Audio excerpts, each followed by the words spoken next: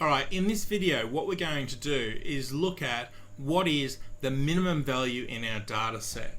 So our data set again is B3 through to a B11, and to find the minimum value all we simply do is click on our cell, we go equals and we type in min, round brackets, and then put in our data range. So data range is B3 colon B11, round bracket, hit enter, and you can now see the minimum value in that data set is 15.